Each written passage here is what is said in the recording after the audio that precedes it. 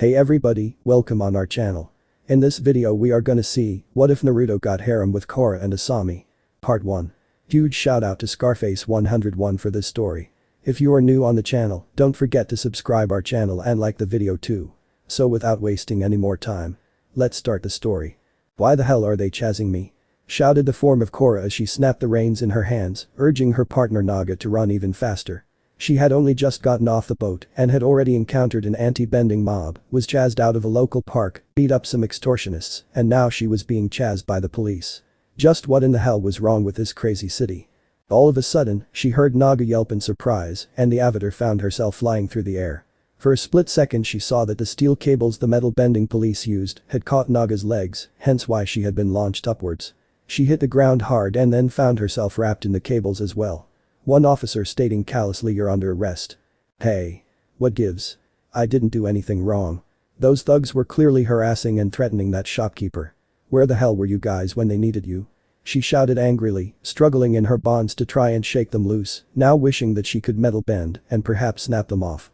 The officers ignored her protests and were preparing to drag her and Naga away to the police HQ until they were interrupted by a loud honking sound from an approaching vehicle. The police squinted their eyes a bit and then they quickly widened in shock and fear. One of the younger officers muttered, "Oi, doesn't that car belong to?" He was quickly shushed by one of the senior officers that stood at attention and saluted the oncoming car, his fellow police doing the same. When the vehicle came to a halt, the door opened revealing a woman with dark black hair and a pair of distinctive crimson eyes that seemed to be glaring daggers at the police.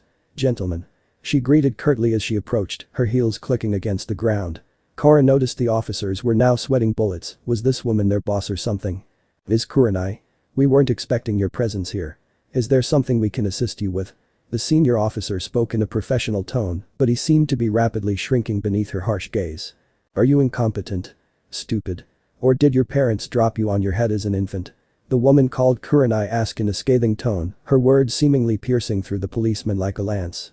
The cop stammered a bit, his words caught in his throat as she verbally assaulted him. "You and your officers were warned to keep an eye out for triad members shaking down and extorting local businesses. You were given the names and face sketches of prominent triad members, and yet, you have arrested the avatar who seemed ready and willing to do more than you and your men." However sloppy her approach was. Korra wanted to say something, but cut herself off when she remembered that she did indeed smash up a shop during the scuffle against the triad members, so yeah, it was indeed sloppy on her part. The damages will be taken care of by the boss. Now kindly release her, Boss Naruto wants a word with her immediately. The crimson-eyed woman spoke. The metal benders slumped slightly in defeat and submissively obeyed her as the cables loosened around Korra and Naga's forms. The raven-haired woman then made a follow-me gesture and opened the car door for the avatar. Growing curious and feeling a bit obligated to hear them out since they had potentially bailed her from prison, she got in the car with Naga ready to follow behind once they got moving. When she entered and took a seat, Kurenai followed close behind. Sitting in the driver's seat was a woman with pink and brown hair wearing a bowler hat. She turned towards the avatar, revealing a pair of eyes that were two different colors, pink and brown, then gave a wink as she returned her attention to the road and drove at medium and steady pace to allow Naga to easily follow along. There was one other passenger that was reading a local newspaper. From behind it, she heard a masculine voice speak. "I see you had a run-in with the MBPF, short for Metal Bending Police Force. First thing you should know about them, they don't like getting upstaged by potential vigilantes taking the laws into their own hands." Before she could respond, the stranger folded the newspaper in half revealing his face. He was a handsome young man with distinctive golden hair that was quite extremely uncommon amidst the bending nations. His sapphire blue eyes reminded her greatly of the sea before a storm, and those whisker-like birthmarkings added some feral features to his already handsome face. "Naruto Uzumaki, Esquire. Boss of the Crimson Kitsune Yakuza. At your service." He greeted her with a warm smile. Korra stiffened up a bit at the mentioning of the term Yakuza, and judging from the reactions of the police, he must have quite the reputation. "So you're another criminal?" she asked bluntly, her eyes narrowing in suspicion. In response, the whisker-marked man gave an easy smile that was rather striking, but she noticed that his eyes told a different story. Almost like he was sizing her up. "Please don't confuse my Yakuza with the local triads. It's a bit insulting, though I can understand the confusion. I'm a businessman, and at times I have my people patrol neighborhoods under my protection to pick up the slack of the police force. Chief Bifrong runs a tight ship, but even she can't help it when her hands are tied or when certain criminal elements slip through the cracks. Hence why it is a necessary evil for people like me to perform certain public services." He spoke in a smooth voice, almost as if he had rehearsed that little speech a dozen times over. It kind of reminded Korra of a politician doing a PR stunt. Right. And you just bailed me out of the goodness of your own heart? She asked warily. She may not be familiar with how things worked in Republic City, she did know that it was a sadly rare occurrence when someone did something without an ulterior motive. Would you actually believe me if I said yes? I too was once arrested for a stupid reason. Mind you, this was before I even considered becoming a Yakuza boss. He responded in a casual manner, and for a split second Korra could have sworn that when he blinked, his eyes had flashed crimson. And from his tone, he seemed to be telling the truth, or at the very least, she had no reason to disbelieve him. From my understanding, you're a new arrival in Republic City. Most likely, you're currently ignorant of the current political climate. Am I right? He asked as he turned his attention back to his newspaper, an almost knowing smile on his face. Yeah. Though I got a small taste of it which left a very bitter impression. What's the deal with those anti-bending protests? She asked as she crossed her arms with a small huff, hoping to get a better idea on what was wrong with the city. Those protests are a product of the Equalist movement. In recent months, an organization has begun claiming that non-benders are treated as little more than second-class citizens and that benders abuse their abilities. As you so witnessed earlier with those thugs, there's some merit to these claims. However, quite naively and disturbingly, their leader Amon claims the only way for there to be peace is for the bending arts to be erased, and thus everyone will become equal. Hence the name Equalist. The blonde explained as if he were giving a history lecture. But that's just crazy. With or without bending, people will always find ways to hurt or trample over one another for their own gain. And how in the spirit realm is he going to pull this off? A genocide? She asked incredulously, her question earning a small chuckle from the whiskered man, while Kurenai opened a briefcase in her lap and presented a small box to him. He opened it with a click, revealing an array of different colored lollipops, and picked a red one up between his fingers. Now that's the million-yuan question, isn't it? How does Amon plan to put an end to bending? Doesn't seem to have any real logic, does it? Then again, many people can only operate on logic that only they can understand, but seems alien to others. Naruto spoke, as though he was extremely familiar with this concept himself, as he put the lollipop into his mouth. I'm afraid I never got your name. He spoke as he looked up at the avatar, his sapphire eyes seemingly staring into her own. She pursed her lips for a moment and then replied, Korra. I am Avatar Korra. When she gave her name, the Yakuza boss gave a small hum sound, a crooked grin forming on his face. Korra. Korra. Kuraya. He muttered repeatedly, as though he were speaking her name aloud and enjoyed the sound of it. Lovely name. If you're here in Republic City, that means one of two things. You got wind that the city is trapped in a downward spiral and have decided to begin your duties as the Avatar. 2. You're here to learn the art of airbending from old man Tenzen. That about right? He asked her, prompting her to nod twice in confirmation. This guy was definitely pretty sharp. We'll drop you off near Air Temple Island. I trust you'll be able to make your own way from there. I hope, Avatar Korra, that we can be good friends. I once lost my home because of certain power-hungry individuals in the past, I'll be damned before I let it happen again. I think we'd make a great team. He spoke with a smirk, the lollipop stick jutting out of his mouth poking upwards. He then gestured towards Kurenai, who reached into her briefcase and pulled out a business card, scribbled something on the back and passed it to the Avatar. Korra inspected the card and found that it was a card for some kind of casino, and on the back was a telephone number. If you ever require my assistance, feel free to call me. I look forward to seeing you again soon. He spoke, and as if on cue, their vehicle had come to a stop. Korra glanced out her window and saw Air Temple Island in plain view. And her partner Naga could easily make the swim after getting her second wind. Sure, thanks again. For everything. She muttered in a distracted manner, unsure of what to make of the young Yakuza. Was he really a friend? Or did he have some other motivation? If you want to discuss our partnership in the future, perhaps we can do it over dinner or at a Probending match. He asked in a friendly manner. At the mentioning of Probending, Korra bit her lip slightly in anticipation, since she had always wanted to see a match in person here in Republic City. Though once again, she had to be wary of accepting gifts from someone like a Yakuza, since they likely had strings attached. She scoffed and tried to put on her best saucy grin and asked in a teasing tone what, like on a date or something. She hoped to get some kind of reaction from him, hoping that she had thrown him off a bit, but instead he didn't even seem fazed in the slightest. You said date, not me. Though if you want to consider it as such, I certainly won't argue going on a date with a beautiful specimen such as yourself. He replied smoothly, his words earning a blush on her face. During her training with the White Lotus, she never had much interaction with the outside world, to be honest, she had felt somewhat sheltered. She never had any real chances for a date with someone, and no one had ever called her beautiful before. I'll think about it. She muttered in a half-distracted manner as she exited the vehicle with a sigh, her longtime companion Naga padding up to her and nuzzling her with her large snout. You do that, Korra. And by the way, I think your ponytail is cute. He spoke in a flirtatious manner, but before she could utter a response his vehicle was already driving away. The blonde Yakuza smirked to himself after evaluating the avatar. She seemed headstrong, good-natured, and often acted before thinking. It actually reminded him of himself before he matured quite a lot. Korra stood in stunned silence as she watched the car drive away, wondering what was going through that guy's head. She sighed to herself and decided to shelve that little mystery for a later time. Now that Air Temple Island was in plain view, all that was required was a swim across the bay. She'd give Naga a few minutes to rest before they made the trip. Meanwhile, Air Temple Island.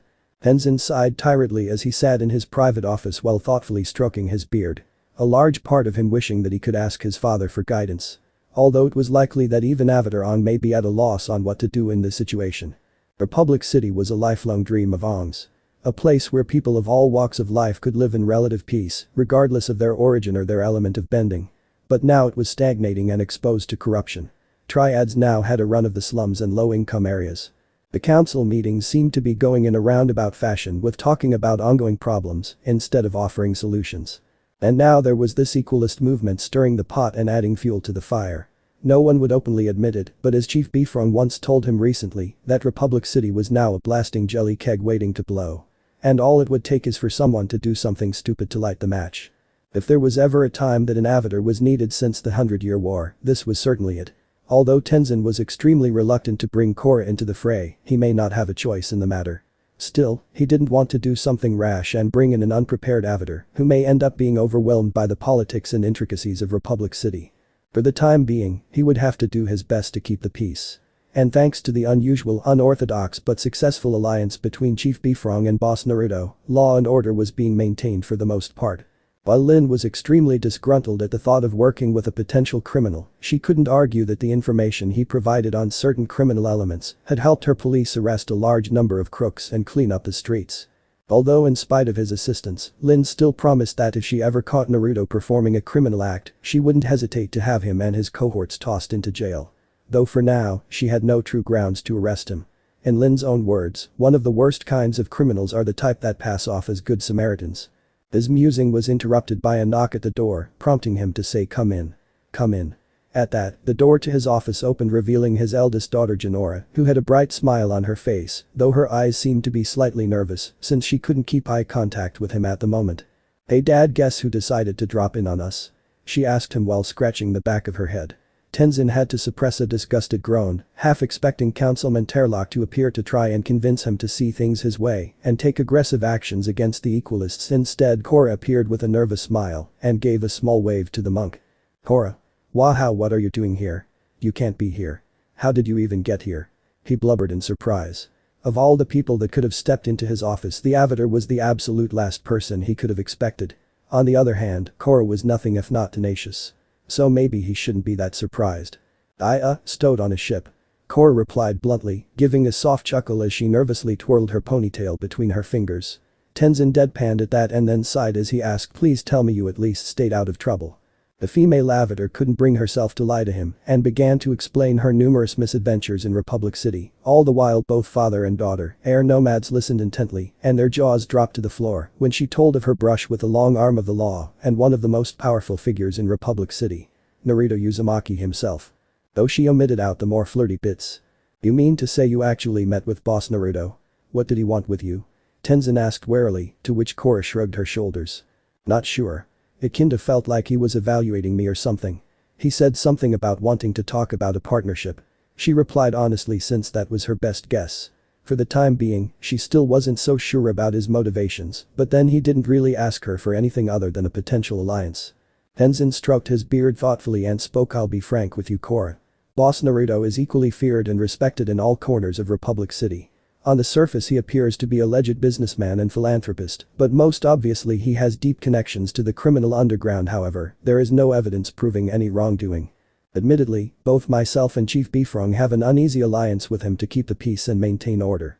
I suppose when he caught wind of your arrival, he decided to get a read on you and see if you could be a potential ally. There is very little that happens in the city he doesn't know about, and I know for sure he doesn't like unknown elements in his city. If I were you, I'd be extremely careful when dealing with him. Korra crossed her arms and muttered, I'll keep all that in mind. We also talked a bit about Amon and the Equalists. Now I really do need to stay and start my airbending training. She spoke at the end in a tone of determination. Tenzen wanted to protest and send her back to the South Pole, but reluctantly stopped himself as he remembered his earlier musings that Republic City needed the Avatar. While Korra was quick to pick a fight, she might be the key to overturning the situation with the Equalists. While he hoped that violence could be avoided, there was always some villain that wouldn't just make civil war a possibility, but an inevitability. And if that were the case, they would need all the help they could get. Very well. I don't like this, but we may definitely need you in the not-so-distant future. Your training starts tomorrow. At that, Korra broke out into a brief cheer, but then stopped herself, cleared her throat and gave an appreciative bow. Come on, Korra. I'll show you to your room. Jinora spoke and guided the Avatar out of Tenzen's office. The monk himself frowned a bit and sat back in his chair tiredly, knowing that things would be getting much more lively with Korra's presence. Although more worryingly is that Naruto made personal contact with the Avatar. Korra was still young, highly impressionable, and still had no idea what she was dealing with. Naruto, while a man of his word, was still a morally ambiguous figure that was likely involved in less than ethical dealings. And it was likely he had his own plans for Korra now that she had arrived. The best he could do is keep an eye on things and try to protect her from potential corruption from the Yakuza boss. On a less dreadful note, Tenzen was a bit concerned how Korra would handle her training. According to the White Lotus, she almost exclusively focused on the physical aspects of bending and had little to no experience with the spiritual side. Then again, in many ways she was almost the complete opposite of his late father Ong, so he supposed it was only nature. Ong himself hit a major stumbling block during his earthbending training, for example. For now, he would perhaps have to attempt a trial and error method to figure out what would work best for Korra. The next day. Trial and error indeed. Tenzen winced as the sounds of Korra's form thudding against what was it Milo called them. The spinning planks of pain or something of the like. An apt nickname since Korra seemed to be covered in bruises and had landed on her rear after being ejected from the training grounds. The point of the exercise was to flow like a leaf in the wind and carry yourself through to the other side, though Korra doesn't seem to have gotten the flowing part down. Tenzen stroked his beard as he tried to think of a way to advise Korra on how to handle this particular exercise, but was currently drawing blanks. The sounds of Korra's form slamming against the gates could be heard again, followed by another thump as she was forced out of the area. Quite humorously, the sounds of chirping birds could be heard as Korra stumbled about in a daze before falling flat onto the ground. Rough day? Spoke a somewhat mocking voice that could only belong to a single person. Turning on his heel, the air nomad turned and saw the form of Naruto Uzumaki himself, accompanied by his ever-present yet silent bodyguard Neapolitan and Lin Bifeng. The chief herself having her hands clasped behind her back as she glanced down at the semi-conscious Avatar, obviously fighting back a smirk of amusement. Boss Naruto. Chief Bifeng. Something you need to discuss. It must be quite important if the both of you came here personally. Tenzen noted, feeling that a phone call would have been sufficient, though depending on the sensitivity of the topic, it was probably best if this was done in person. It is important. Didn't want to risk the phone lines being tapped. Terlock has been pushing for all phone lines to be bugged, supposedly to monitor potential Equalist activity. Naruto spoke matter-of-factly, prompting Lin to nod in confirmation at his statement. While she was a law enforcement agent first and foremost and was a staunch supporter for law and order, she found invading the personal privacy of potential innocents to be a step too far. She also wouldn't put it past him to use it as a means to spy on his political enemies just as well. Instead of answering the monk directly, the blonde turned towards the Avatar and spoke to her. Korra. Wonderful to see you again. Apologies if I'm interrupting your training. The Avatar moaned an unintelligible response that almost sounded like some kind of greeting and slowly rose up from the ground while dusting her training clothes. Already trying to cozy up to the Avatar. Did you strong-arm my men just to get into her good graces? Lin questioned as though she were conducting an interrogation. Her steely gaze seemingly trying to pierce through the blonde, while in the background Neo made a silent giggle. Before Lin could further attempt to instigate, the Yakuza boss Tenzen piped in an attempt to mediate between the two. Can we please save our petty grievances until after the city isn't ready to implode on itself? I agree with old man Tenzen, Naruto said, as Tenzen groaned, could you please stop with that name? I am not old. His exclamation was punctuated with a burst of air. He then took a deep breath to calm himself, knowing that such outbursts were unseemly, especially for a master airbender. At any rate, my people have confirmed that the Equalists are getting ready for something big. They have set up numerous underground training areas to teach their recruits Kai blocking, and word has it that the big man himself, Amon, is planning to go after the Triad bosses. Naruto spoke as he pulled out a small case and snapped it open, revealing a set of lollipops and put a green-colored one into his mouth as the others contemplated his words. So what if Amon's targeting some crime bosses, wouldn't that make it easier on the chief here? Korra asked while jabbing a thumb in Lin's direction, her question making the blonde-haired man to chuckle. Lin for her part spoke up perhaps. But there's the potential risk of innocent bystanders getting caught in the crossfire. And the last thing the city needs now is a massive gang war spilling into the streets. Lin makes a valid point but misses the much larger picture. If Amon succeeds in taking down the Triad bosses, there is no doubt he'll gain massive support from the Triad's victims, and in their eyes, Amon will be a big hero. Naruto pointed out, making the others gulp slightly at the implications, since the Equalists already had a large following, and if his words were correct, said following could double or even triple almost overnight for Amon if he succeeded. There's also this. Naruto continued, and from seemingly pulled a briefcase out of thin air, making Tenzen's children who were loitering in the background wonder if he was some kind of magician. The Yakuza boss then snapped open the briefcase and revealed some type of gauntlet that was inside. Don't be fooled by its seemingly innocent appearance. One of my top people took a great personal risk in swiping this prototype for me. It's designed to produce an electric shock through the palm area. What do you think that tells you? Naruto questioned with a raised eyebrow. Whoa. If Amon gives those out to his people, then every Equalist with or without training in Kai blocking will have a fistful of lightning in their hands. Korra spoke as she connected the dots. That about sums it up. This thing's only a prototype, so it only carries enough charge to stun. Most likely the upgraded iteration will be capable of killing. Chief Bifong. You might want to tell your officers to line their officers with rubber insulation to better protect themselves. Also my spies have also confirmed that Amon is going to have these mass-produced. Naruto explained as he closed the briefcase up and then handed it over to Lin so she could have it beepized at her HQ. She readily agreed at his assessment, knowing that the steel armor her officers wore would become a liability against those gauntlets since metal can conduct electricity. By all accounts, the Equalists are becoming Amon's own personal army. And who would have the means of making so many of those gauntlets? Tenzen asked, becoming increasingly worried at these revelations. Top two candidates would likely be Cabbage Corporation or Sato's Future Industries. My money's on the latter. Don't forget that Mr. Sato himself lost his wife to a firebender years ago. Naruto pointed out, making both Lin and Tenzen nod in understanding. Korra, who was still new to Republic City, had some difficulty keeping up, though she more or less got the gist of it all. That would indeed be a strong motive for him to join the Equalists, but doesn't qualify as hard proof. Lin muttered with a small sneer. Let me worry about that. On another note, I'll have my people try and figure out Amon's background. Naruto replied as he stroked his cheek with a lone finger. And that helps how? Korra asked skeptically, believing it would be easier to kick that Amon guy's ass and get it over with. When someone like Amon hides behind a mask all the time, it means he's either protecting something near and dear to him. Or he has a skeleton in his closet. Best of my knowledge, no one has ever seen him without his mask. It's likely he is afraid that someone may be able to identify him and thus expose any potential weaknesses or dirty secrets. And beyond all doubt, Amon is an alias. If he is exposed as a fraud, the entire Equalist movement will collapse in almost an instant. Naruto explained with a grin. That would certainly make things easier. Assuming he is indeed a fake. See what you can learn. Tenzen requested, earning a nod of agreement from the blonde. With all of that in the open and out of the way, their meeting was adjourned and Lin left towards the docks to take a boat back to the mainland and return to the MBPF HQ.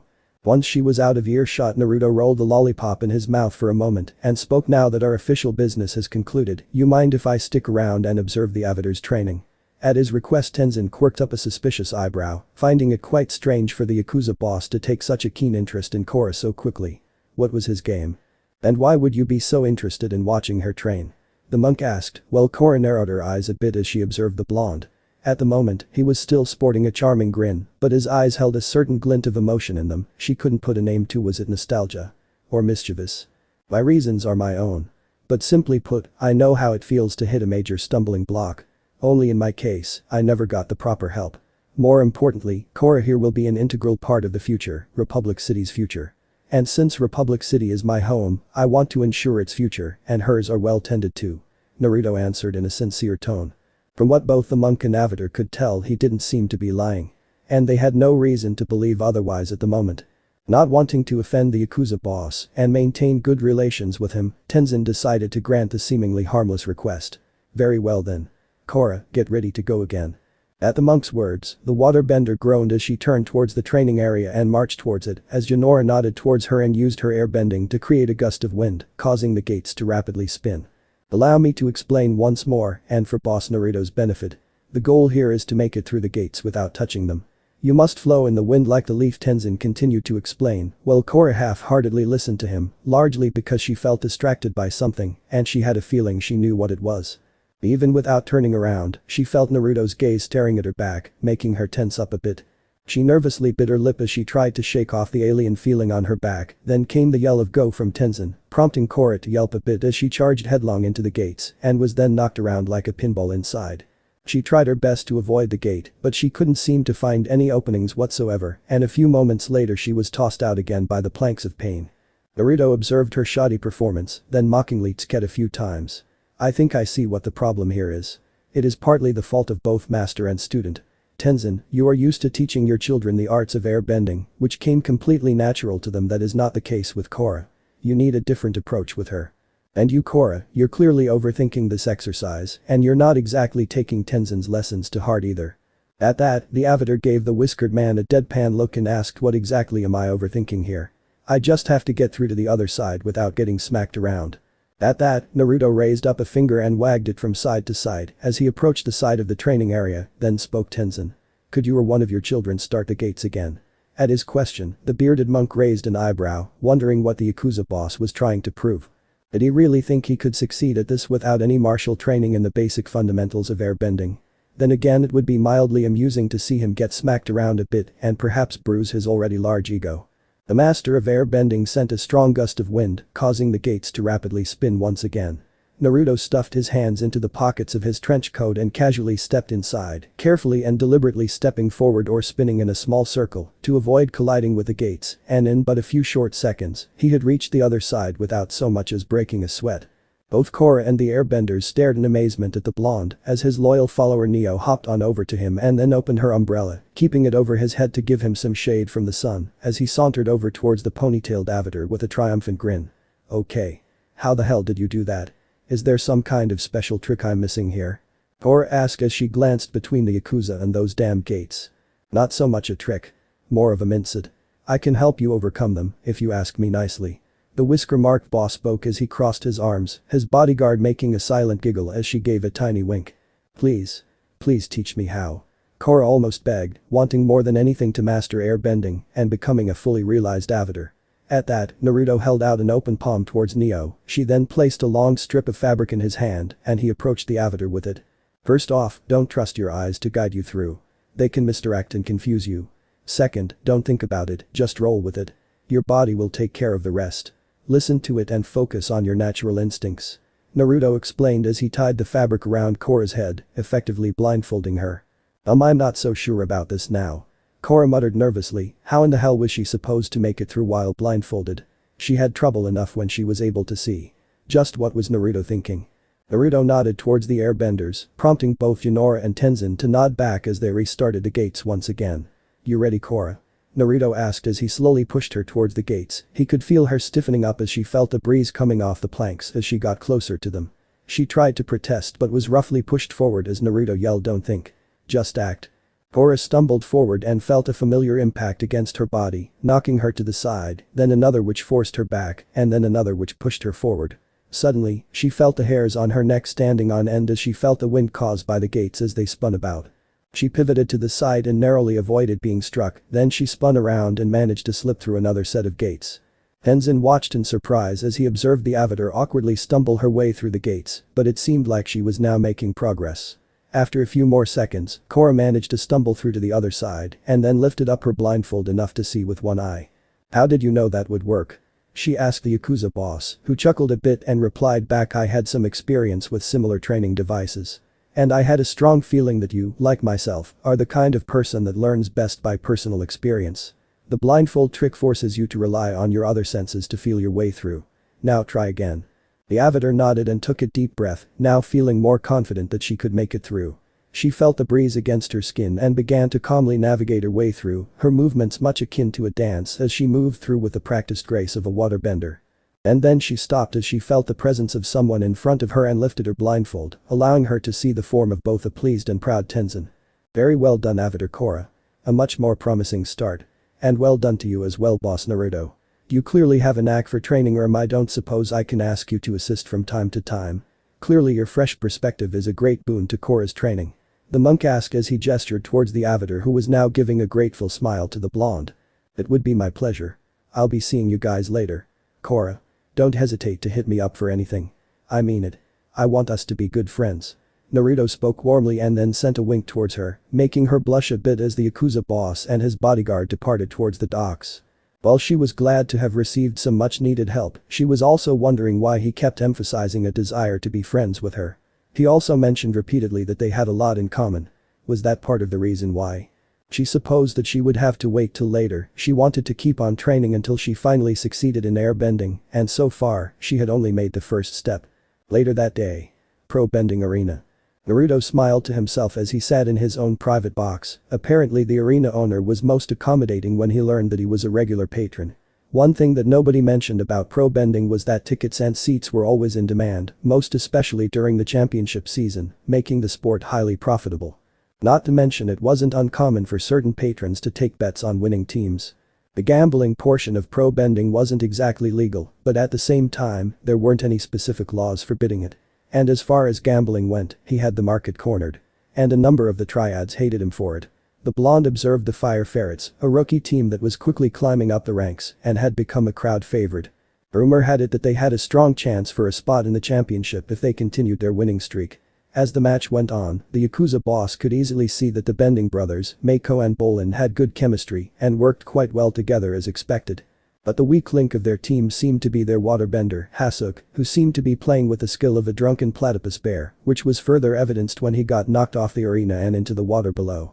If the brothers were smart, they'd either help get Hasuk's act together or boot him off the team in favor of someone more skilled and more compatible.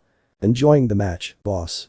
Spoke a familiar feminine voice behind the whiskered man who slowly nodded, not even bothering to turn in her direction, since he knew full well who it was. If it were anyone uninvited well, Neo, who is currently hidden in a dark corner, wouldn't have allowed them to so much as knock on the door. I am indeed.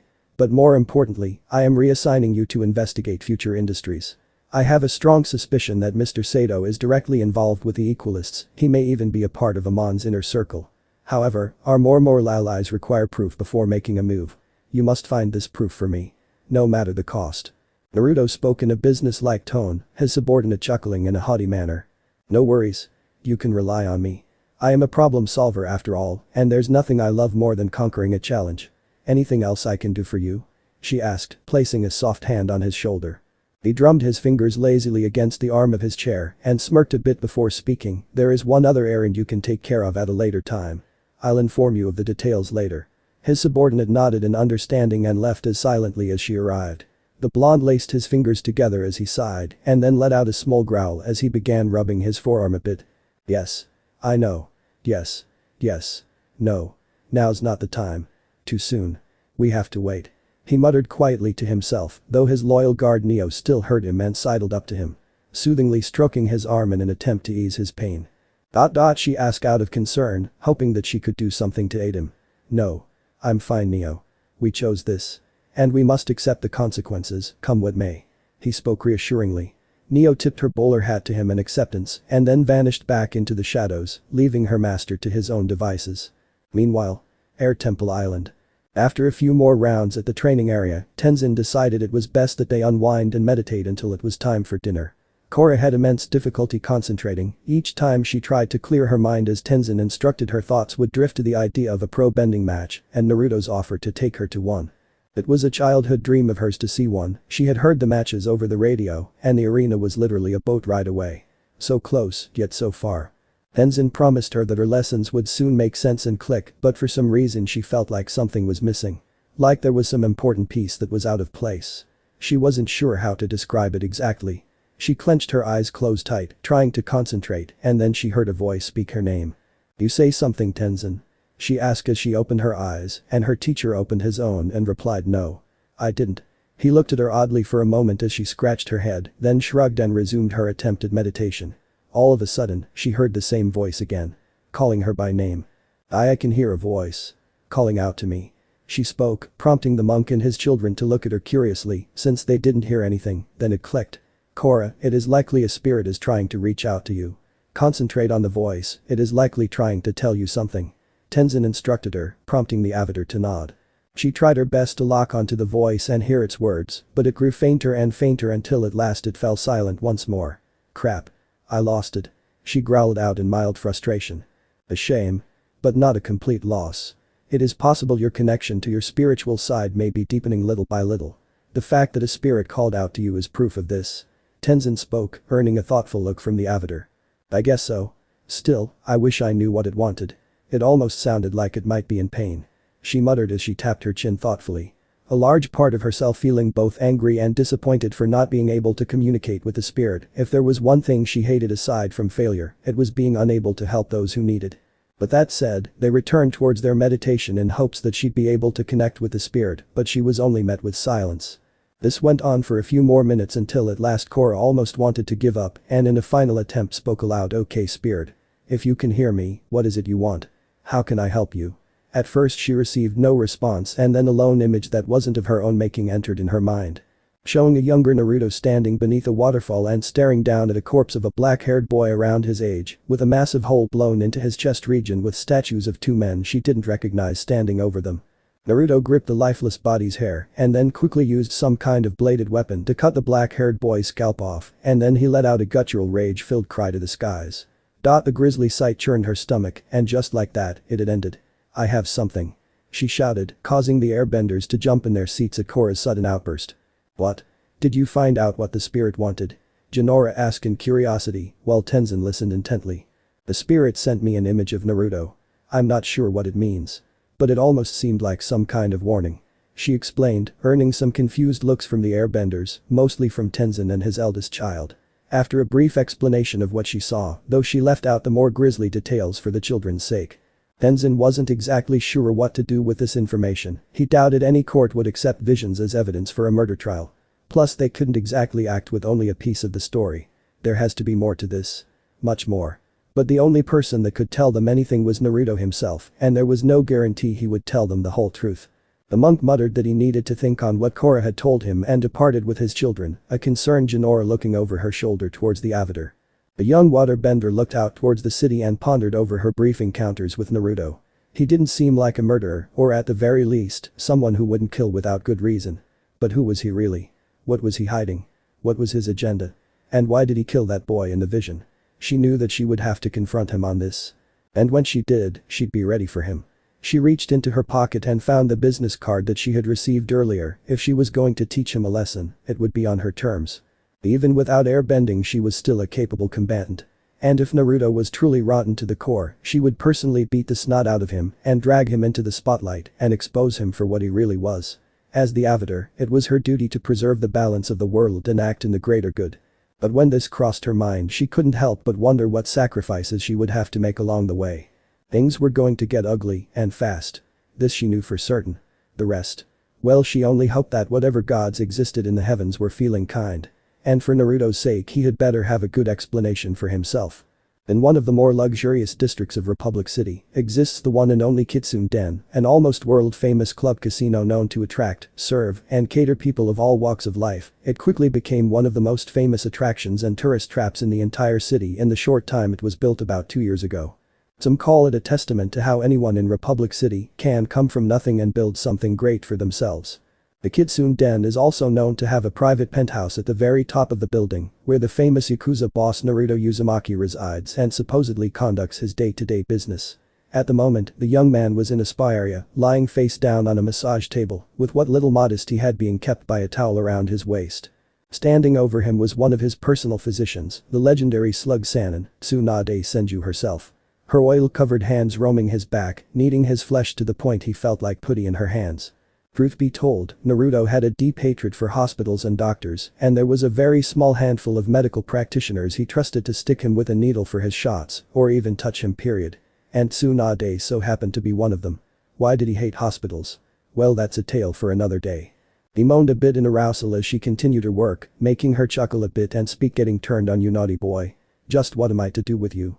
She asked with a sultry tone to her voice, her hands inching downwards to his lower back. A happy ending would be really nice. been busy lately and I need to bust a nut once in a while to take the edge off. Naruto groaned in pleasure. If he didn't feel like a big pile of jelly, he probably would have taken her right now and would use her body until she lost all feeling in her legs. That could be arranged. As your doctor, I definitely must see to your mental and physical health. I hope you don't mind being treated by an older woman. She spoke in a flirtatious tone. A long finger hooking around the towel on his waist, ready to slide it off at a moment's notice. You say older, I prefer to use the terms mature or experienced. And I certainly didn't mind during any of our previous sessions. He replied and felt a certain part of his anatomy stiffen in anticipation, but the moment was swiftly ruined when an urgent banging sound came from the door. It would seem they'd have to put the happy ending bit on hold for now. Yes. Yes. Come in. He shouted in slight annoyance, causing the door to open, and a woman with raven hair and golden eyes stepped inside, wearing an elegant crimson dress. She gave a small curtsy as her boss continued to speak. This had better be important, Cinder. The woman called Cinder replied in an apologetic tone, my apologies for the interruption. But we have just received critical intelligence. He is here. In Republic City. As soon as those words left her mouth, a nearby mirror suddenly exploded, the air became dense, almost suffocating and oppressive. And both of the women in the room knew the source of these phenomena and were deeply scared that they wouldn't be able to soothe Naruto's explosive temper. There were only a small group of people in the entire world that could calm him once he lost his temper, and none of them were presently available to keep him calm. As if sensing their growing fear, Naruto took a deep breath, the atmosphere becoming slightly relaxed as he spoke. Find him. Today. Not tomorrow, not a week from now. I want him here, on his knees in front of me, today. Cinder quickly gave a jerky nod and retreated as quickly as possible from the room. Tsunade, for her part, swallowed a thick lump in her throat and spoke, now Naruto, try and keep calm. Things tend to go violently wrong when you lose control of yourself. She quickly rushed over to his side and applied a fresh coating of oil to her hands and furiously rubbed him down to put him at ease. I know. I can't help it. Things just haven't been the same for me lately. He quietly lamented, a small tear running down his face. His previous lust now gone from his body and he suddenly felt a strong urge to attempt getting drunk. Don't think about it like that. You still have everyone at your beck and call, myself included. We'd do anything for your happiness. The Senju woman spoke and placed a sweet kiss on his cheek. Not everyone. He lamented in a depressed voice. He tried his best to focus on the pleasurable and relaxing sensations from the unlucky gambler's hands, but his mind was already focused elsewhere. Meanwhile, Air Temple Island. In the dining hall, Tenzen and his family were enjoying their lunch together with Korra being a recent addition to their table after her arrival in Republic City. After Naruto's advice, Korra had excelled in the training exercise but was still having some trouble with her meditations, nor had she received further visions or any other correspondence with the unknown spirit. Inora looked over at Korra and saw the dark-skinned woman was picking sadly at her meal, a far-off look in her eyes as some tears welled up in the corners. Korra, are you okay? You look upset about something. The young airbender spoke in concern, her family also taking note of the avatar's current state. I don't know.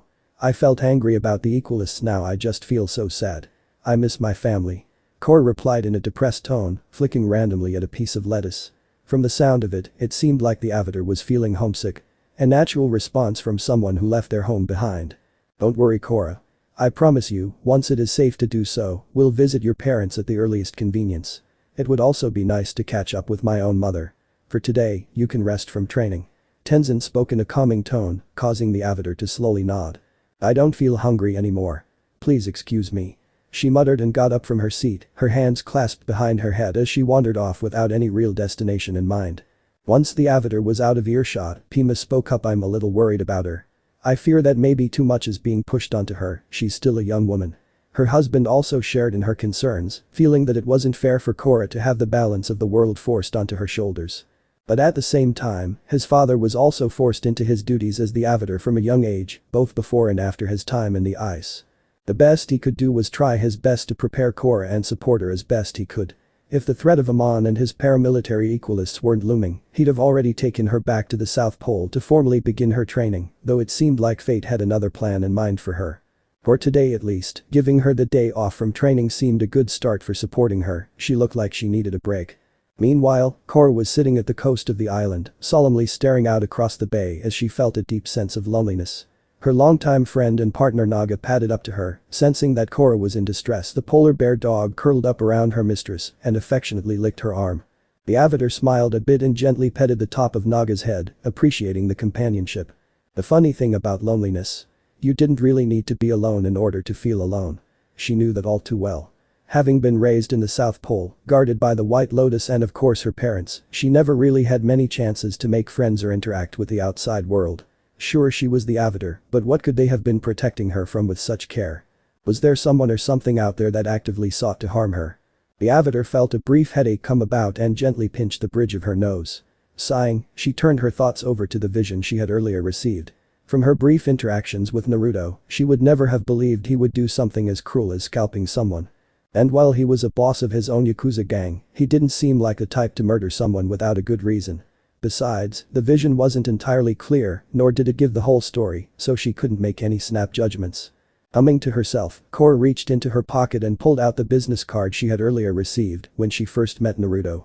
On the front of it was the name of the casino, the Kitsune Den, and beneath the lettering was a symbol of a multi-tailed vulpine creature carrying a sword in one hand, a pair of scales in the other, while sitting atop a pile of human skulls, definitely the symbol of a Yakuza boss, if there ever was one. She proceeded to put the card back inside its hiding place, and then saw something across the bay, a tall building marked by the same symbol as on the card. Talk about convenient, it was almost as if he wanted to make himself easy to find. And it was literally a swim across the water. Suddenly, a thought had clicked in her mind. Tenzen did give her the day off, Naruto's casino was a short ride away, and the boss himself was the only one that could give any kind of clarity towards her vision. And seeing him in person would be the best way to judge his reactions for herself, a phone call seemed so impersonal. Feeling her mood brightening up, she hopped onto Naga's backpack and spoke, "Come on girl. We're going to pay a quick visit." Minutes later, after a brief swim, the waterbender had arrived at her destination. Even from outside the building she could tell this place must have cost a fortune to build. She commanded Naga to stay put outside and entered the casino. She was almost blinded by the atmosphere as flashing lights filled her vision. When her eyesight adjusted she could see people sitting in front of machines, watching the slots spin about as they waited for the results with bated breath. She saw people playing card games at different tables, trying their best to win the prize chips for money. And she saw other games and devices that she couldn't identify. Overhead, unfamiliar music played over the loudspeakers. She could make out the words "Don't pull your love out on me baby" as the music played. She now felt a bit lost since she wasn't sure where to go from here, so it was probably best to ask someone who worked here. She approached a bar area where a woman with brown hair tied into buns that reminded her of panda ears was cleaning some shot glasses. She took notice of Korra's presence and spoke in a cheerful voice, "Hello there. Nice to see a fresh face. What can I get for you? If you're hungry, we're doing a special for pizza today." The Avatar quirked up an eyebrow, never having heard of pizza before. Was it some kind of special delicacy served here? There was definitely something tasty cooking behind the bar in the kitchen area, but she had other priorities than her stomach at the moment. "No thanks. I wanted to talk with your boss Naruto." The brown-haired girl's cheerful demeanor vanished, and she gave a harsh glare towards the Avatar, replying, "Honey, the only people that can see the boss are people that receive a personal invitation, hand-delivered by one of his subordinates. Anyone else that thinks they can bother him, well, they're asking for trouble." The bun-haired woman then flicked her wrist and made some kind of dagger appear in her hands, slamming the tip into the table to further emphasize her point. Korra swallowed hard and immediately sensed other chilling gazes roaming her body, almost daring her to try something. It would seem that these people were extremely hostile towards outsiders. Guess that was to be expected given his position. He was bound to have a lot of enemies that would seek to do him harm or try to swindle him. "No. You misunderstand. He gave me this card with his phone number. I thought it might be better for me to see him in person." Korra tried to explain and carefully reached into her pocket and then held it up for the barkeep to see, then flipped it over to the number on the back. The barkeep eyed the card for a few seconds, then made the dagger vanish as quickly as she made it appear, her warm and cheerful expression returning full blast as she spoke, "Not the same as an invitation, but still sufficient. You must be Avatar Korra, the boss told us to give you the VIP treatment. My apologies for not recognizing you." The bun-haired girl sincerely apologized at the end, prompting the Avatar to nod in understanding. "No big deal. I guess your boss would have plenty of enemies. Are you guys always this wound up though?" The dark-skinned woman asked as she crossed her arms, feeling the harsh glares from before leaving her body. "Not always. You kind of caught us at a bad time. Anyways, Naruto said that if you ever came by, you were to be sent up to his private penthouse without delay." The barkeep spoke and then gestured for someone to come over. Korra turned around and saw another woman approaching, this one having a unique shade of purple hair that she'd never seen before. Even the sword strapped to her back, there was no room for doubt she was a guard or bouncer of some kind. "You gal. Could you please escort the Avatar to see the boss?" The barkeep requested, earning a curt nod from the purple-haired woman who motioned for the avatar to follow her. Korra silently obeyed as she followed along, being sure to stay but a few steps behind Yugao and keeping her in her line of sight to avoid getting lost in the crowd. Apologies for your chilly reception. Tenzen is a good girl, though sometimes a bit too eager to pull out her weapons. We're all a bit on edge and have been given explicit orders to keep an eye out for any troublemakers, especially people trying to personally get in touch with the boss. Yugao explained, causing the waterbender to quirk up an eyebrow in confusion. Why were they more guarded than usual? And why would they be so concerned about someone meeting with their boss? Unless there was someone they specifically didn't want their boss to be in the same room with. Sure. No problem. That girl, Tenzen, right? She already apologized. Korra mumbled in a distracted tone as she was brought up to an elevator. There didn't appear to be any button to summon it, only a small finger-sized hole on a metal plate where the button was supposed to be. Was some kind of special key required? The purple-haired woman stuffed her index finger inside the hole and a small snicked sound was heard. After a few moments, the elevator chimed and opened up as Yugao withdrew her finger, a small droplet of blood oozing from the tip, showing that the elevator required some kind of blood sacrifice for entry. In case you're wondering, the door is keyed so it'll only open for Naruto and those he trusts, requiring their fingerprint, sample of blood, and a bit of the energy you call Kai. Now please enter. I will notify him of your coming. Yugao explained and gestured for the avatar to step inside. She nodded and did so while wondering how a piece of machinery could read things like blood or Kai. It must be real cutting-edge stuff to do that. She saw a small panel that only carried 2 buttons, up and down. She pushed for the elevator to go up, causing the doors to close, and felt the machinery begin its ascent up the building. Korra felt a little apprehensive, unsure of what to expect when she arrived. But she had made it this far. Might as well see it through. Though she couldn't help but wonder, what did Yakuza boss decorate his living space with? Or more specifically, what does Naruto use to decorate? The elevator came to a stop and there was a small chime as the door opened. She slowly stepped out and into the lobby, where a number of pictures could be seen hanging off the walls. They were all of Naruto, who seemed to be with a singular or multitude of different women in each one. Who were these women? Friends? Lovers? She stopped when she recognized both Yugao and Tenzen in a few of them, one picture showing Naruto lying on a sandy beach as he served as referee to a volleyball game, as all the women play in skimpy swimsuits.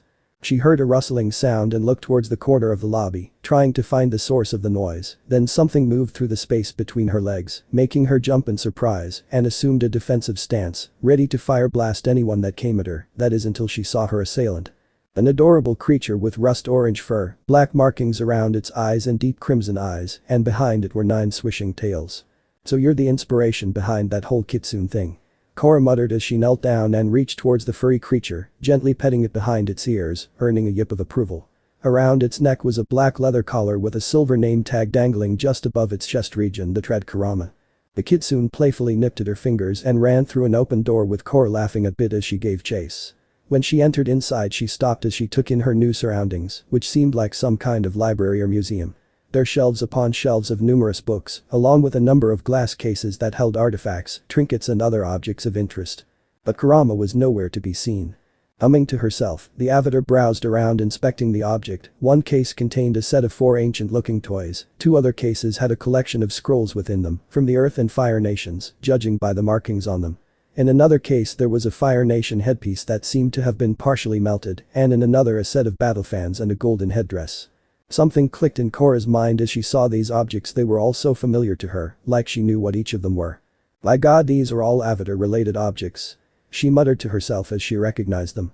Roku's headpiece, Kayashi's battle fans and headdress, the personal diaries of both Roku and Kayashi, and the lost toys the airbenders used to try and find their avatar candidate, the same ones that helped identify Amon. All of these objects would probably be worth a veritable fortune to the right collector. Suddenly, her attention was drawn towards one other object that seemed to stand out, almost like it didn't belong among the rest. In the corner was a sad, lonely-looking piano that was obviously neglected and gathering dust. It looked like it had been beautiful at one point, but life had been truly cruel to it, as it had become weathered by the passage of time itself. The sight almost made her weep as she approached and reached towards the dust-covered keys, until Kurama burst out of seemingly thin air and snapped at her hand, making the avatar reflexively jump back to save her fingers. The small Kitsune hopped to the floor and darted behind her, making her turn around and see the form of Naruto standing in silence as he held a bottle of booze in his hand. Kurama climbed up his leg and then perched on his shoulder, her beady red eyes staring at Korra as she gave what seemed to be a smile. The blonde took a sip of booze and spoke in a matter-of-factly tone. I see you took notice of the piano. Yeah. It seemed kind of out of place in here. Do you play? She asked, hoping to break out of the currently awkward moment. She took notice that Naruto was looking off to the side, almost as if he didn't want to look at the instrument. No. That I hand-carved that piano for someone special. Someone that was lost to me. I can't look at it, but at the same time I can't bring myself to get rid of it. And so that lonely piano sits there, awaiting its mistress to come home. He spoke in a melancholic tone. His saddened and hurt-filled expression nearly causing Korra to break down crying for some reason. She looked over at the piano and saw a white sheet laying on the floor, likely having fallen off from when Kurama was rifling around in there. She replaced the sheet over the piano and could almost swear that she heard Naruto sigh in relief. Did I come at a bad time? She asked, remembering the hostile reception she received earlier and noting the Yakuza boss's mood.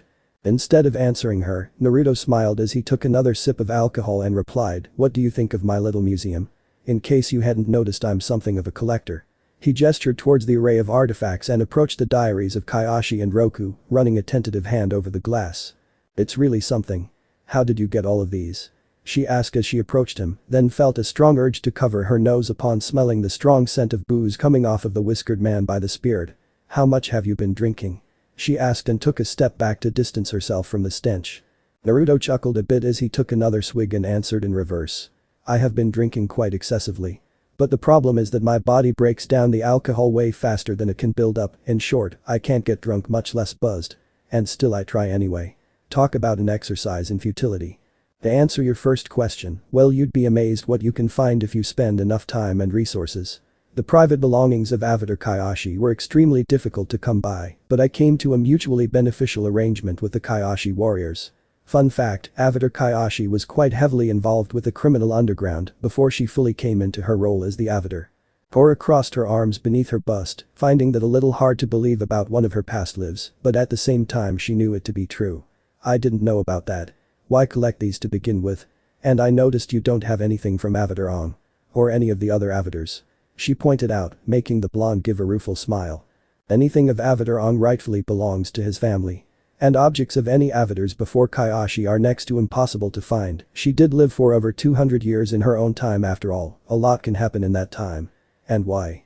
Funny thing, heroes and legends are mostly remembered by the deeds they accomplished. Not many people care about who they were or what they did prior to whatever great achievement they did. Case in point, Avatar Aang. He is world famous for ending the 100-Year War, but hardly anyone knows anything of him prior to his achievement. In essence, the hero and the deeds are remembered, but the person and their core are forgotten. I hope that by finding and preserving these objects a little of the past avatars' core selves can be kept safe. He explained, making Korra purse her lips as she made a thinking pose. That was an awfully deep way of thinking. She had never thought of it like that. For so long, she had always wanted to live up to Aang's legacy, but even if she were to do so, would anyone in the future remember her as just Korra and not as the Avatar Korra? Why not donate these to a public museum where everyone can see them? She asked, since people may be interested in seeing such objects for themselves. Been there, tried that for a brief time. Didn't work out. Nobody cared. And all the curators could think about were how to make profit off their exhibits. Naruto explained in a dismissive manner, then handed the empty bottle to his furry companion, who took the bottle into one of her tails, then darted off with it and vanished from view. Can I offer you anything? Something to eat? Something to drink? He offered with a warm smile, causing the ponytailed girl to shake her head. No thanks. I actually want some answers from you. That is why I came here. She asked in a more serious tone, hoping to steer the conversation to the very reason she came here to begin with. Really? And I was worried you came here wanting questions. Can't think of any good ones. But I'll settle with, what do you want to know? He asked as he motioned for her to follow him as he walked out of his private museum and into a dining room where Kurama was dancing on the table while balancing a dome-covered tray on her snout with amazing dexterity. The boss took his seat at the end of the table, with Korra taking the seat next to him. Her stomach rumbling, making her remember that she had skipped out on lunch earlier. On second thought, I think I'll have a bite. She spoke with a small blush. Oh good. I'd hate for you to miss out on some pizza. One of humankind's finest culinary creations. The whiskered blonde spoke as Kurama hopped on over and allowed the tray to smoothly slide off her snout and onto the table, then used one of her tails to lift the dome off. The scent made Korra's mouth water as she took in the almost heavenly scent and saw the delectable pie already cut into a perfect series of triangles. It seemed to be some kind of combination of bread, cheese and a bunch of different meats spread across the layer of said cheese. And the bread crusts on the end seemed to have some kind of glazing that smelled of garlic. I have no idea what this is, but it smells amazing. She mumbled, trying her best to keep her drool from escaping her mouth. She looked over at Naruto who had closed his eyes and saw him clap his hands together and mutter a brief "Itadakimasu" before taking a slice. What does that mean? Itadakimasu? She asked out of simple curiosity, causing the blonde to smile warmly at her. In my culture it's a way of saying thank you for the meal. It's also a way to thank everything that went into the meal, from the ingredients and its preparation for example. He explained, causing Korra to tap her chin, then smile as she closed her eyes and mimicked his previous actions while also muttering "Itadakimasu," and then took a slice of her own. Kurama then appeared with a set of colorful cans in her tails and offered them to Naruto. He took a red one and popped it open by pulling on a small tab. The little Kitsune then offered the avatar one, unsure of what to pick. She picked a green one and opened it in the same way as her host. She took a sip of the fizzy contents inside and found it to be surprisingly sweet, but for some reason she kind of liked it. She then took a bite of her pizza and had to suppress a moan of delight as she felt the cheese melt in her mouth.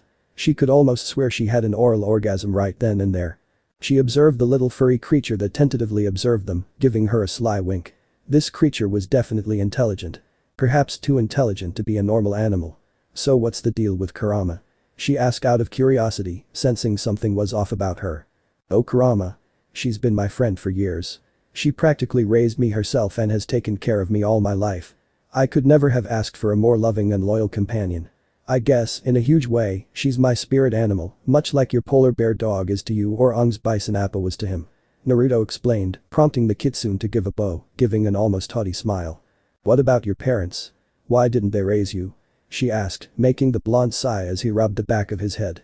Well, that is a story so wild and unbelievable I could spend all day and night trying to give you the rundown. It wasn't really their choice.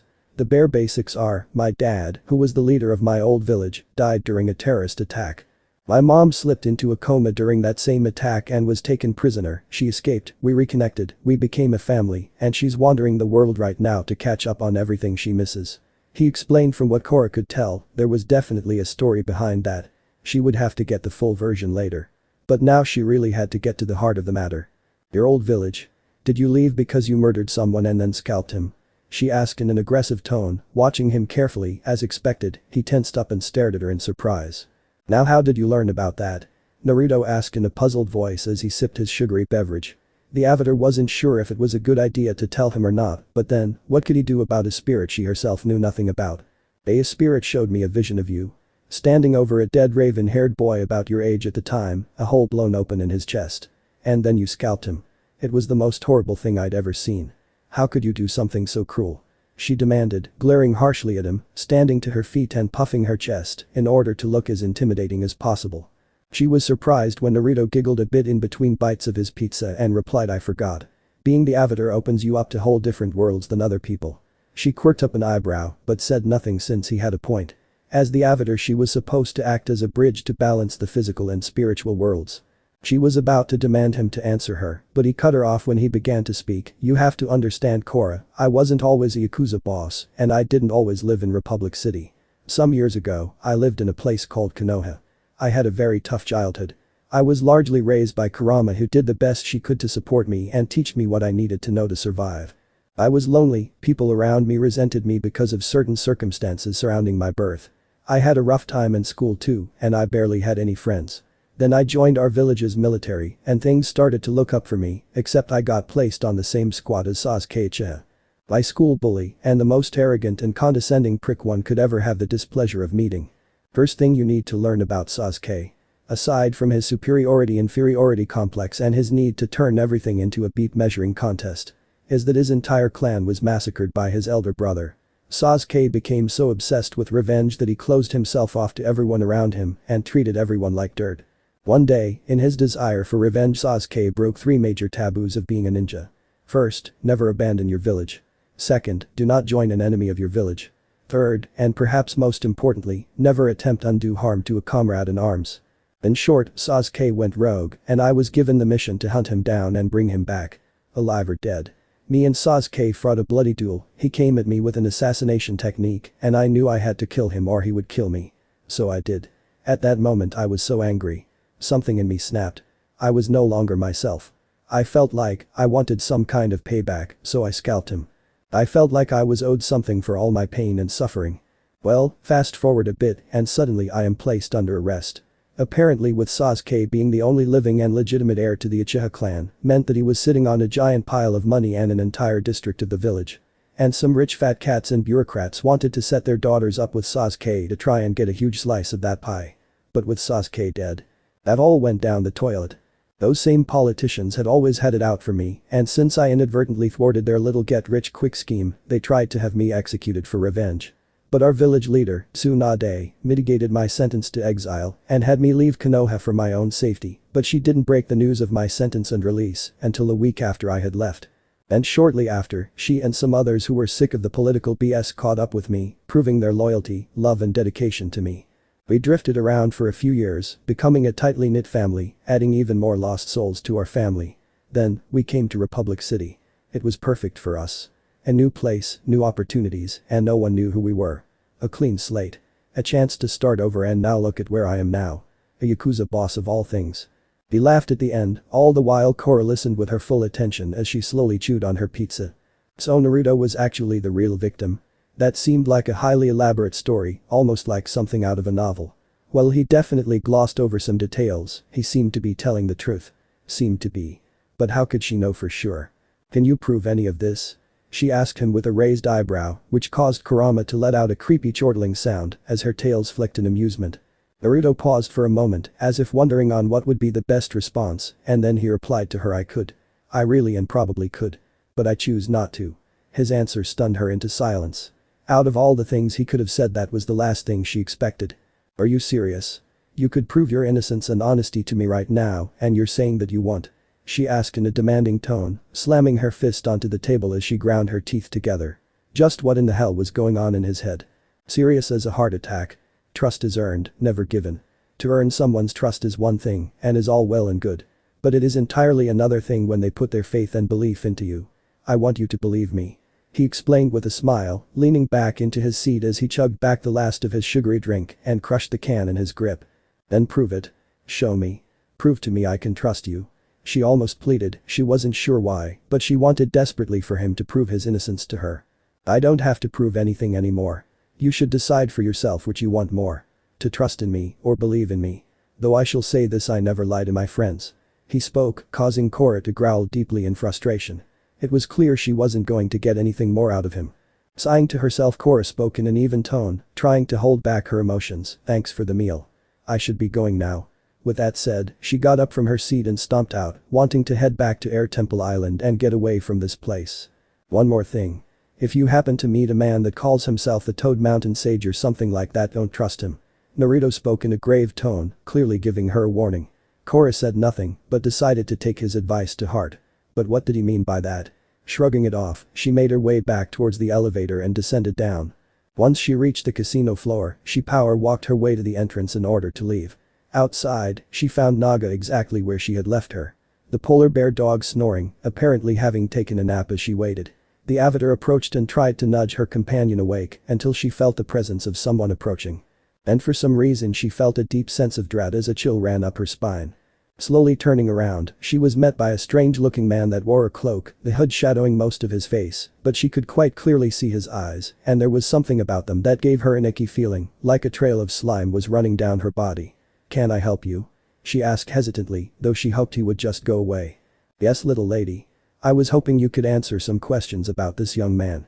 The stranger spoke and held out a picture of a young boy that she instantly recognized to be a younger Naruto, around the same age as when she received her vision. I know he lives here in this building, but whenever I ask people questions about him, they clam up and run off. He explained, causing Korra to squint her eyes in suspicion. From what she knew, everyone in Republic City knew Naruto, if not personally then certainly by reputation. So it was definitely weird some hobo would be asking about him, even more so to have a picture from his younger days. Who is he to you? She asked while crossing her arms, her whole body feeling rigid and tense for some reason, something in her telling her to run away or fight like her life depended on it. Well, I'm a private investigator, he ran away from home some time ago, and his family misses him. All of his friends miss him too. The man spoke, and Korra could immediately sense that he was lying. His tone lacked any real sincerity, and perhaps more importantly, according to Naruto, everyone he considered family had already left with him. She wasn't sure why, but just looking at this man was seriously pissing her off. "Sorry. Can't help. I gotta head home." She spoke dismissively, deciding it would be best to cut and run, though she also wondered if this guy was that toad sage that Naruto mentioned earlier. What was his deal anyway? Before she could try and wake Naga up again, the man grabbed her by the arm and began to rub it, clearly feeling her up. "Ah, don't be that way, baby. I'm sure we can work something." He tried to speak, but was silenced when a fist slammed into his throat, shutting off his windpipe as his eyes bugged out and he clutched at his throat for air. "Don't fucking touch me." The avatar screeched at the top of her lungs, the sound jostling Naga from her slumber as the polar bear dog woke up confused. Red was the only thing she could see. She pounced on him, sending him to the ground, and she then straddled his stomach and sent her fist into his face. Crush. Kill. Destroy. She heard inside of her head and continued to mercilessly pummel him. All the world around her seemed to drown out, the only thing she could hear were the sounds of bone crunching. The only thing she could see was the man's face turning into a mess of blood and meat. The only thing she could feel was her fists crushing his face with each successive blow. Again and again and again she continued. She didn't want to stop, she just kept on going. Her heart thundered inside her chest as the rush of adrenaline wore off, her body becoming heavy with exhaustion until she could no longer keep up the barrage. She started to gasp for air as Naga pulled her off. When she came to her senses, Korra saw the man lying in the street in a pool of his blood. She had no idea whether he was dead or alive. She wasn't sure what had made her snap so violently, but just when he touched her like that she felt so dirty and violated. And then everything just exploded into a blood-red haze. She heard the sounds of sirens approaching. She felt scared, she felt the need to run. She mounted Naga and urged her on, making a break towards the direction of Air Temple Island. When she had vanished from sight, the man lying in the street was quickly surrounded by a trio of women. "Damn, hours of watching this guy wasted. I told you we should have moved on him sooner," spoke a feminine voice. "And I said we shouldn't try anything until we were sure this guy was the real deal and not a proxy," spoke another female voice. "Doesn't matter now. We should clean this up, get this guy stabilized and prepped for the boss. He'll want a word with this clown," spoke the third voice. The trio nodded in agreement and one of them stomped her foot on the ground, causing the body to be swallowed into the earth and then vanish like it was never there, and then the second one waved her hand, causing a splash of water which sent the blood flowing into the nearby sewer grate. And just like that, the crime scene had vanished. Back with Korra, the avatar was now sitting on the beach of Air Temple Island, using the healing arts Katara had taught her to ease the pain in her hands. "When I said you could have the day off, I didn't mean for you to sneak off." Tenzen spoke from behind her, making her jump slightly in surprise, but quickly relaxed when the monk took a seat next to her and saw the state of her hands. "What happened? You went to see Naruto about your vision, didn't you? Did he try to hurt you?" Tenzen asked in worry, prompting the avatar to raise her now healed hands in a calming gesture. No. We just talked. This was because of some creepy guy loitering outside that tried to make a move on me," she explained, making the monk sigh in relief. From the looks of things, Korra definitely handled herself, and given the formerly bad state of her fists, he was certain the other guy was in a world of pain right now.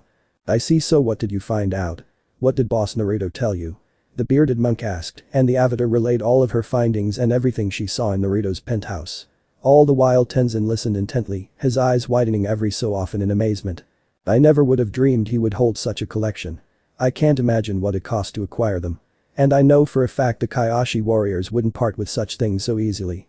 He must have a powerful connection to the avatar and by extension to you," he noted as he thoughtfully stroked his beard. "Yeah, but I just don't get it. He said he could have proved everything he told me to be true. But he chose not to. It just doesn't make any sense," she grumbled with a huff. "It could be some kind of a test. Don't forget, my father and Zuko were once enemies and then became lifelong friends after Zuko proved himself through his own sincerity and deeds. Perhaps Naruto wishes to do the same. Or perhaps he doesn't feel the need to justify himself over what he did in the past to others," Tenzen pointed out questioningly, making his student hum to herself in thought. "Maybe. There's one other thing he mentioned. He told me not to trust the Toad Mountain Sage. I don't know if that's just part of his game to throw me off or not, but his subordinates seemed unusually guarded. Like they were preparing for something," she muttered as she got up from the ground and dusted off her clothes, patting Naga on the head as her companion nuzzled her gently. "I suggest you take what Naruto says with a pinch of salt. But still, I wouldn't disregard any kind of warning. This so-called sage could be trouble if Naruto is concerned about him." The monk spoke and placed a comforting hand on his student's shoulder. Korra said nothing as she gazed out across the bay towards the casino. Still unsure of what to feel about Naruto. But now, she felt like she had gotten a better grasp of his character. Overall he didn't seem to be a bad person. She just hoped that her judgment wouldn't be proven wrong. Meanwhile. Probending arena. Damn Mako. Stuck-up prick. Grumbled the form of Hasuk, the waterbender of the fire ferrets. Becoming increasingly discontent with Mako chewing him out after each match and blaming him for his lacking performance. As he stalked down the hallway, eager to find the nearest bar, he found himself bumping into someone which caused him to stumble back and fall to the floor on his ass. Hey. Watch where you're. He almost yelled, but quickly fell silent when he saw the clearly recognizable pin on the woman's clothes, which had the symbol of the Crimson Kitsune clan on it. You know who I am? The woman spoke, causing the waterbender to slowly nod in terror. Please. I'm sorry. Just don't hurt me. I'm nobody. Hasuk pleaded, knowing from the various stories that it was a very, very bad idea to cross anyone from Naruto Uzumaki's clan. The last gang that attempted to go to war with them ended up hanging from lampposts. The cops had to spend hours cutting them down, block after block. It was almost as if Naruto's crew wanted to say look at what we can do to you, and they got away with it without any retaliation from the police. Yes then. The boss wants to ask a service of you, of which he'll handsomely reward you. A simple matter really, when you receive the call you are to walk away and leave the fire ferrets. The woman spoke and gave a malicious grin. At that Hasuk's brain almost exploded inside of his head. Did he hear right? He would be paid to leave the fire ferrets. That was practically a godsend for him. It's not like the Bending brothers were doing him any favors anymore, heck, he could probably start up his own team or something. I'll do it. Name the time and I'll split. He happily proclaimed. When you find your payment in your locker is when you leave. Any sooner than that and you get nothing. Got it? She asked him, making him nod in understanding. It sounded simple enough, he would definitely check his locker every day for it. Though the sooner the better, but he wouldn't argue with someone from Naruto's gang. Sayonara. The woman bid him and then walked off with a chuckle, her form vanishing into the shadows. Unknown to Hasuk however, another chapter for his soon-to-be former team and Republic City as a whole would soon begin. End chapter. So this part ends here. If you want to see next part of this series, like the video now and share the story with your friends. Bye bye.